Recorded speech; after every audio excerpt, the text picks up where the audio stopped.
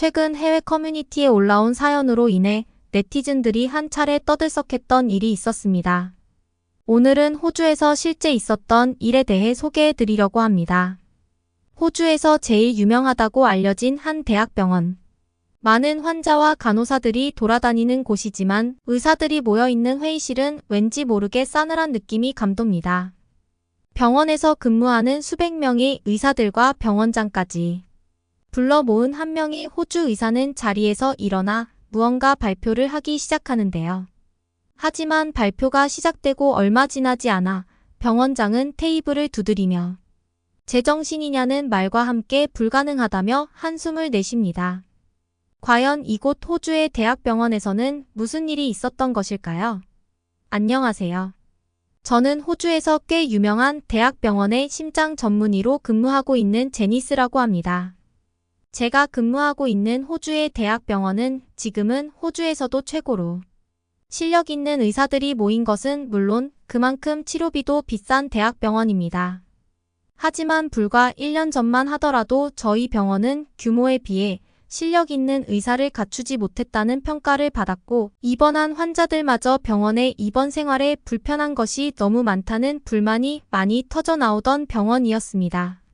그래서 병원장님도 이러한 불편한 부분들을 개선하기 위해 여러모로 애를 쓰셨지만 시간이 지날수록 내원 환자와 입원 환자가 줄어들어 파산 직전까지 가게 되었고 실제로 병원에 근무 중이던 몇몇 유능한 의사들의 급여를 줄이기 위해 그들을 해고하기까지 했습니다. 하지만 지금 저희 대학병원은 호주에서 제일 실력 있는 대학병원으로 입소문이 나는 것은 물론 환자들에게 제공하는 아주 특이한 시스템으로 인해 하루에도 몇천 명의 환자들이 몰려드는 호주 최고의 의료병원으로 탈바꿈되었는데요. 그리고 이렇게 좋은 병원으로 탈바꿈하는데 많은 기여를 했던 사람들을 이야기할 때 실제로 저희 병원에서 근무하는 남자친구와 한국에 대한 이야기를 빼놓을 수가 없을 것 같습니다. 저는 어렸을 때부터 의사가 되고 싶은 꿈을 가지고 있던 한 소녀였습니다. 부모님 두 분 모두가 각각 대학병원에 간호사로 평생을 근무하셨었기 때문에 제가 의료인으로서의 장래 희망을 가지게 되는 것은 매우 자연스러운 현상이었죠. 부모님께서도 어느 정도 경제적으로 여유가 있으셨기 때문에 저를 의사로 만들기 위해 양질의 교육을 받게 해주셨고 최종적으로 저는 호주에서 제일 유명하다는 의대에도 무사히 입학할 수 있었습니다. 물론 저를 의대에 입학시키기 위해 정말 많은 교육비를 내주신 부모님의 도움도 있었지만 저도 멋진 의사가 되기 위해 밤낮을 가리지 않고 공부를 한 결과물이었습니다. 하지만 처음 입학한 호주의 의과대학에서 저는 굉장히 놀랄 수밖에 없었습니다.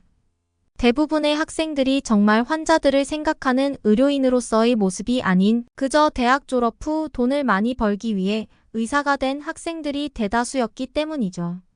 환자에게 진정으로 봉사하고 싶고 남을 치료하고 도와주는 것이 좋아서 의사가 되고 싶어 하는 학생은 거의 없었습니다. 그러던 중 저는 저와 같은 심장내과에서 공부를 하던 지금의 저희 남자친구 루이스를 만나게 되었습니다. 처음 루이스를 만났을 때에는 그렇게 이미지가 좋지 않았습니다. 왜냐하면 루이스는 주위에서 꼭 한 명씩 있는 천재였는데요. 자기가 똑똑한 것을 인지하고 있어서 같이 공부하던 친구들을 은연중에 무시하는 게 보였기 때문이죠. 하지만 그 당시 저는 그러한 루이스의 모습이 꽤 당당해 보인다고 생각해서 매력을 느꼈고 실제로 필기시험이나 실습에서 항상 1등을 놓치지 않았던 루이스에게는 배울 것도 참 많았어요. 제가 다니던 대학에서는 각과 1등, 2등에게만 한국에 있는 의과대학에 교환학생을 갈 수 있는 기회가 주어졌습니다. 한국이라는 나라의 의술이 얼마나 발전해 있고 그들의 정신력이 얼마나 대단한지 알고 있었기에 정말 한국에 교환학생으로 가고 싶었지만 저는 2등 안에 들지 못해서 교환학생으로 가지 못했습니다. 그리고 한국의과대학 교환학생으로 갈 수 있는 기회는 항상 1등을 놓치지 않았던 루이스에게 돌아가고 말았죠. 하지만 루이스는 모든 학생들이 가고 싶어하는 한국 교환학생 기회를 단칼에 거절하는 것도 모자라 한국을 가고 싶어하는 친구들이 너무나 멍청하다며 공개적인 장소에서 비난을 퍼붓기 시작했습니다. 루이스는 호주보다 못 사는 나라인 한국으로 의료기술을 배우러 가는 것이 말이 되냐며 자신은 한국에서 전혀 배울 것이 없는 높은 실력을 갖춘 의료인이라며 가지 않겠다고 했고, 실제로 저를 여자친구로 만나고 있었음에도 저에게까지 한국에는 절대 가면 안 된다면서 헛소리를 늘어놓기 시작했죠. 이미 의과대학에 입학하기 전 부모님과 함께 한국으로의 여행을 다녀오며 한국이 얼마나 선진국인지 알고 있던 저는 곧바로 루이스에게 한국의 의료기술은 지금 세계 최고 수준이, 내가 담당하고 있는 심장 분야에서는 미국도 기술을 배우고 있는 나라라고 현실을 말해주었지만, 루이스는 코웃음을 치더니 저에게 거짓말을 하지 말라며 대화를 이어가지 않더군요. 그날 이후 저는 루이스와 어색한 사이가 되고 말았고 결국 헤어지게 되었습니다. 루이스에게 악감정이 있던 것은 아니었지만 경험해보지도 않은 한국의 의료기술과 한국이라는 나라에 대해 함부로 말을 하는 루이스가 당황스러웠고, 실제 의료 현장에 투입되어 수술 한번 해보지 않은 사람인데 자신의 실력에 자신만만하던 모습이 꼴사나워 보였어요. 그렇게 의과대학을 졸업하기 위해 약 5년이 넘는 시간을 전문에 공부를 하고 저는 마침내 대학을 무사히 졸업할 수 있었고, 제가 그토록이나 바라던 호주에서 꽤 유명한 대학병원으로 알려진 곳에 채용될 수 있었습니다.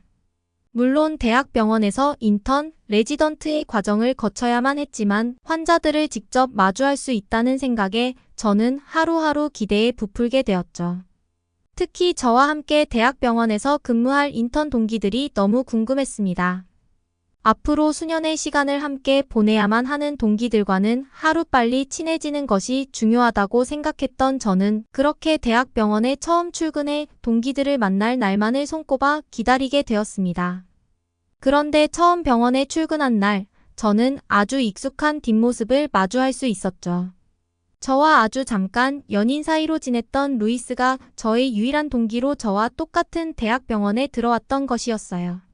루이스는 저를 보자마자 다소 당황한 표정을 짓더니 앞으로 잘 지내보자며 어색한 악수를 건넸고, 저 또한 어차피 이제는 같은 병원에서 오랜 시간 동안 봐야 할 사람이어서 쿨하게 생각하며 그의 악수를 받았죠.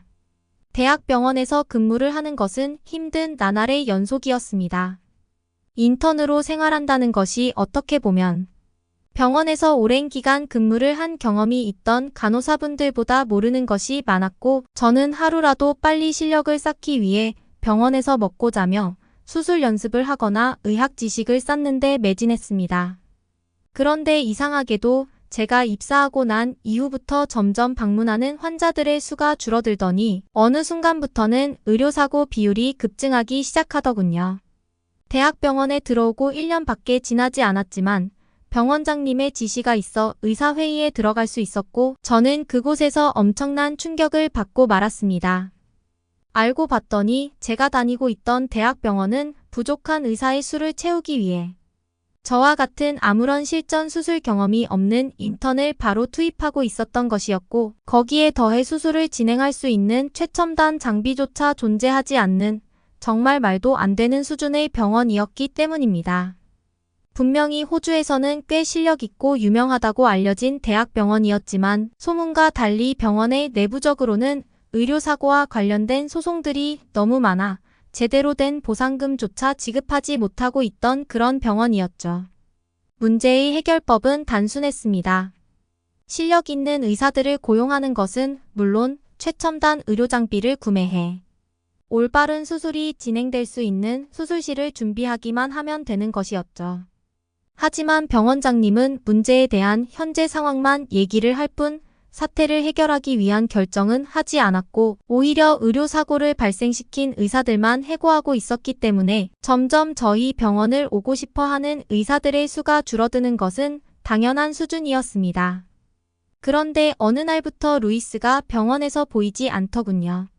그때 당시 병원에는 수술방에 들어갈 의사들과 장비가 부족해서 인근에 있는 병원 인력까지 끌어모아 환자들을 수술하고 있었는데, 저와 똑같은 인턴이었던 루이스가 전혀 보이지 않는 것은 너무나 이상했습니다. 처음에는 그냥 바빠서 마주치지 않았겠거니 생각했지만 루이스는 한 달이 넘도록 병원에서 전혀 볼 수 없었죠. 그의 휴대폰 번호까지 지워버렸던 저는 너무나 궁금한 마음에 참지 못하고 선배에게 루이스가 보이지 않는데 무슨 일이 있는 것 아니냐며 질문을 했는데요. 돌아오는 대답은 상당히 충격적이었습니다. 루이스가 어떤 이유 때문인지는 몰라도 2개월간의 무급휴가를 신청했다면서 어디로 갔는지는 그 누구도 모른다는 사실뿐이었죠.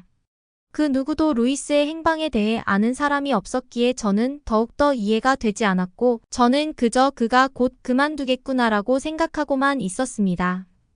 그런데 루이스가 사라지고 약 3개월이 지난 어느 날 병원 전체의 안내 방송으로 시간이 있는 모든 의사들은 회의장에 모여달라는 긴급한 안내 방송이 나오더군요. 제가 입사하고 몇 번 겪어보지 않은 회의장 출석 통보에 저는 곧바로 회의장으로 뛰어갔고 또 다른 의료사고가 생긴 것일까라는 조급한 마음에 긴장하게 되었습니다. 회의장에는 나이가 지긋하신 시니어 의사부터 저와 같은 인턴까지 수많은 의사가 모였습니다. 그런데 이게 무슨 일이죠? 그 회의장에 제일 마지막으로 출석해 모습을 드러낸 의사는 바로 루이스였습니다. 루이스는 한눈에 보아도 상당히 초췌해진 얼굴이었지만 눈빛만큼은 그전에 루이스라고는 생각되지 않을 정도로 진지한 눈빛이었죠. 하지만 루이스는 자리에 앉지 않고 회의실 앞쪽에 있는 무대로 걸어가기 시작하더군요. 놀랍게도 회의를 주최한 것은 저와 같은 인턴에 불과했던 루이스였습니다. 그리고 이어진 발표는 루이스가 약 3개월 동안 한국의 대학병원 출장을 다녀온 기록들이었죠. 알고 봤더니 루이스는 병원장님과의 1대1 면담을 통해 현재 병원에 시스템적으로나 기술적으로 심각한 문제가 있다는 것을 알게 됐고 수많은 나라들 중 의료 시스템이 최고로 알려진 한국으로의 비밀 출장을 다녀온 것이었습니다. 그리고 루이스가 보여준 자료들은 파격적이면서도 놀라운 것들 뿐이었죠. 루이스는 한국의 대학병원에서 실제 근무하며 겪은 모든 것들을 설명해주며 현재 근무하는 호주의 대학병원이 문제가 많다는 것을 지적했습니다. 한국의 대학병원 의사들이 가지고 있던 기술은 저희가 단 한 번도 경험해보지 못한 것들이었고 한국의 평범한 대학병원에서 사용하는 장비들 또한 지금의 호주 대학병원에는 전혀 존재하지 않는 최첨단 장비들이었죠. 실제로 루이스는 발표를 위해 한국의 몇몇 의사분들을 직접 회의장으로 모셔왔고 거기에 더해 새로운 한국의 의료 장비들을 체험할 수 있는 기회를 선보이기 시작했습니다. 한국의 의사분들은 수술지원회에서도 엄청난 수술 기술을 보여주시면서 저뿐만 아니라 다른 동료 의사들을 놀라게 만들었죠. 병원장님께서도 처음에는 못마땅한 표정이었지만 한국의 의사들이 보여주는 수술의 진행 단계나 기술들을 보시면서 다소 당황한 표정을 짓고 놀라는 듯한 모습이 보일 정도였습니다.